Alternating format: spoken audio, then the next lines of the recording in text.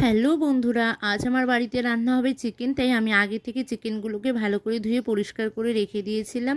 তারপর আলু, পেঁয়াজ, আদা, রসুন সমস্ত কিছু কেটে নিয়ে চিকেনটার মধ্যে একটুখানি লেবুর রস, সামান্য লেবুর রস, আদা বাটা, রসুন বাটা, পেঁয়াজ বাটা। তোমরা হয়তো অনেকেই সাদা তেল খাও না, আমি সাদা তেল খাই, তাই সাদা তেল, লঙ্কা গুঁড়ো, হলুদ গুঁড়ো, অনেকে হয়তো জিরে গুঁড়ো খাও না। আমি কিন্তু চিকেনের মধ্যে অল্প একটু জিরে গুঁড়ো খাই, তাই অল্প একটু জিরে গুঁড়ো দিয়ে ভালো করে চিকেনটাকে ম্যারিনেট করছি। করে প্রায় 1 ঘন্টার মতো রেখে দিতে হবে।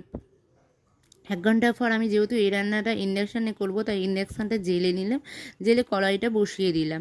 এবার ইন্ডাকশানটা একটু কমিয়ে নিলাম, দিয়ে তারপর সাদা তেলটা কড়াইয়ের মধ্যে ঢেলে দিয়ে তেলটা হালকা যখন গরম হয়ে এলো আর আলুগুলো কড়াইয়ের মধ্যে দিয়ে দিলাম।